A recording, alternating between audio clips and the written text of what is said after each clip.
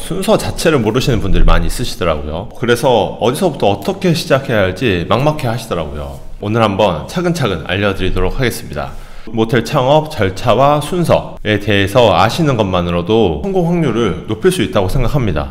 끝까지 보시면은 왜 이런 말 하는지 아실 거예요. 분명히 내가 이거는 좀 놓치고 있었네, 이거는 처음 듣는 거네 하는 부분들이 분명히 있을 거거든요. 나중에 해야 되는 걸 먼저 하거나 먼저 해야 되는 걸 나중에 하면 이게 문제가 되는 경우가 있습니다. 올바른 모텔 창업 절차는 이 순서대로 하시면 거의 맞다고 보시면 될 것 같아요. 자, 첫 번째로 창업 교육 및 지식을 습득하셔야 됩니다. 베이커리 빵집을 내가 한다라고 하면 빵 먼저 배우실 거잖아요. 빵 만드는 법. 그런데 빵 만드는 법 배우다 보면은 이게 아닌가? 반죽을 수천 번 하다 보면은 이게 아닌가? 이런 생각이 드실 수도 있단 말이에요. 그러면 배우다가 안 해야겠다, 이건 내 소질이 아닌 것 같다, 혹은 이게 이렇게 힘들지 몰랐다 라는 생각이 분명히 들 수도 있잖아요. 그러면 그때 가서 안 할 수 있어요. 그럼 이게 수업료를 날리는 건가? 그건 아니죠. 오히려 창업을 했다가 되돌리는 것보다는 훨씬 저렴하게 수업료를 지불한 거잖아요. 가게를 계약하고 사업자 등록을 내고 일단 시작하면 돌이키는데 수천만 원이에요.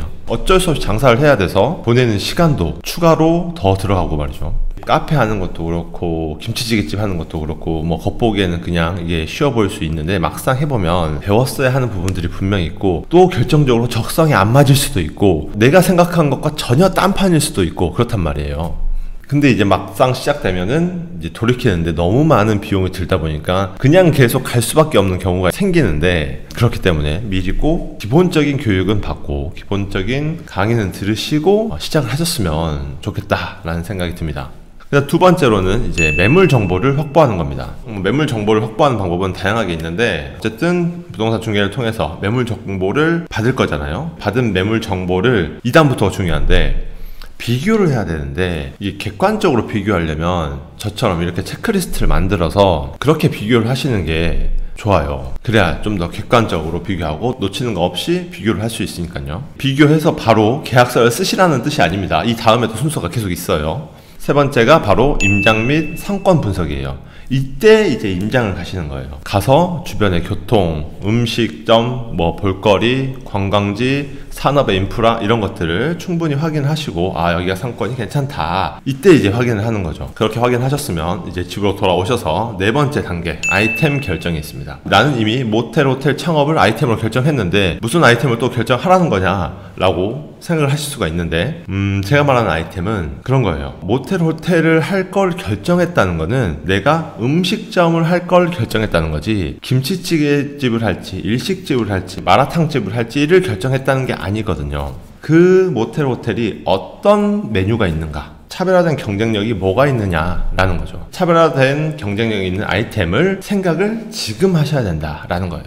그냥 모텔, 호텔 깨끗하게 하면 되는 거 아니야? 라고 생각하셔서 아이템 결정 없이 그냥 남들과 똑같은 그런 아이템으로 모텔을 시작하시면 처음에는 이게 새 거라서 장사가 잘 됩니다. 그런데 이 새 거라는 경쟁력은 언제든지 다른 새 건물이 들어오면 밀리는 거기 때문에 오래 가지가 않더라고요. 해보니까 결국에는 차별화된 아이템, 그걸 뭘 넣을 것이냐, 이걸 지금 이 단계에서 생각을 해보시는 게 좋습니다. 그렇게 매물도 보고 오셨고 비교도 하셨고 상권도 확인하셨고 아이템도 결정을 하셨다면 사업비를 산출을 해야 돼요. 매입 자금은 얼마가 들어갈 건지, 인테리어 자금은 얼마가 들어갈 건지 이런 걸 산출하는 거죠. 매입 자금이야 계산하기가 편한데 인테리어 자금이 얼마가 들어갈지 가늠을 못 하시는 분들이 있으세요. 이때 러프하게 계산할 수 있는 방법은 객실 하나당 2천만 원에서 3천만 원 정도가 들어간다 라고 생각하시면 편합니다. 그러니까 30객실이면 최소 6억에서 9억까지 그렇게 매입 자금과 인테리어 자금이 계산이 되면 내 돈이 얼마가 들어가야 될지, 그리고 대출을 얼마를 받아야 할지가 결정이 되겠죠. 그러면 그 다음에 이제 수익성 분석을 하는 거예요. 호텔을 만들고 나서 매출이 얼마가 나올지, 그리고 비용이 얼마가 나올지, 그래서 한 달에 순수익이 얼마가 나올지, 이걸 이제 이때 계산을 해보는 거죠. 저는 이런 식으로 이제 데이터가 있다 보니까 매출과 비용을 조금 더 경험에 의존해서 산출을 잘 할 수 있었고, 그래서 수익성도 계산할 때 크게 어렵지가 않았던 것 같아요.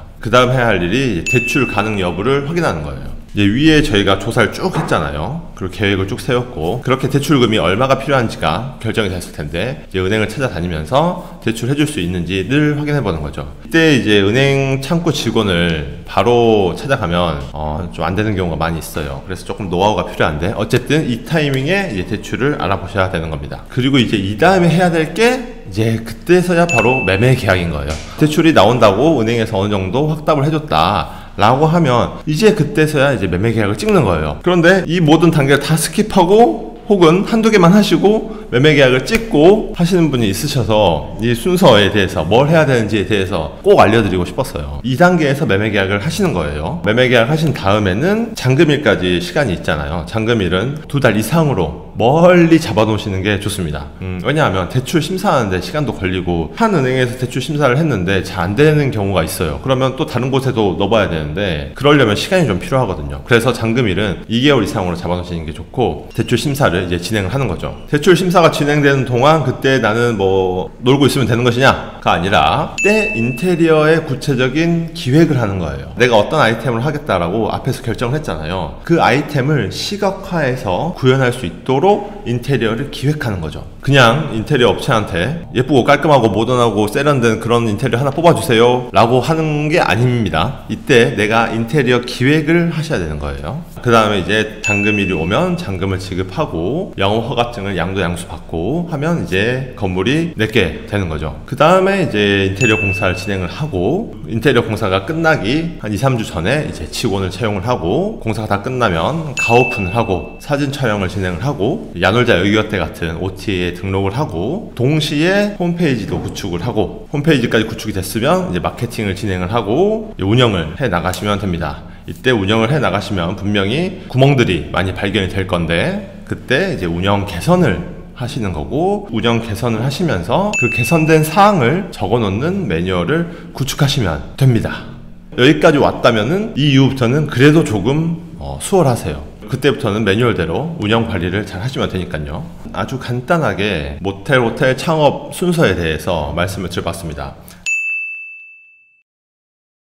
각 단계별로 굉장히 디테일한 것들이 많이 있지만 그래도 이런 단계들이 있다는 것까지만이라도 아시는 것만으로도 분명히 도움이 되실 것 같아서 이렇게 한번 이야기를 해봤습니다. 만약에 이 각 단계별로 내가 뭘 해야 될지를 아주 명확하게 딱딱 알고 계시다면 그냥 바로 하시면 될 것 같고요. 만약 그게 아니라 이런 게 있었어 라고 처음 들어보시거나 아니면 각 단계별로 내가 뭘 해야 될지 잘 모르겠다 라고 생각을 하신다면 숙박업 창업 강의를 들어보시는 걸 추천드립니다. 단계별로 해야 될 게 굉장히 많이 있거든요. 구체적인 걸 좀 더 배우고 싶으신 분들은 고정 댓글에 있는 링크를 클릭하셔서 숙박업 창업 강의를 신청해 주시면 될 것 같고요. 요즘 모텔 호텔이 이게 큰 금액이 들어가는 사업이다 보니까 금액이 크다는 사실만으로도 리스크가 크다는 거잖아요. 그래서 더욱더 조심히 돌다리를 두들겨 가듯이 그렇게 시작을 하셨으면 좋겠습니다.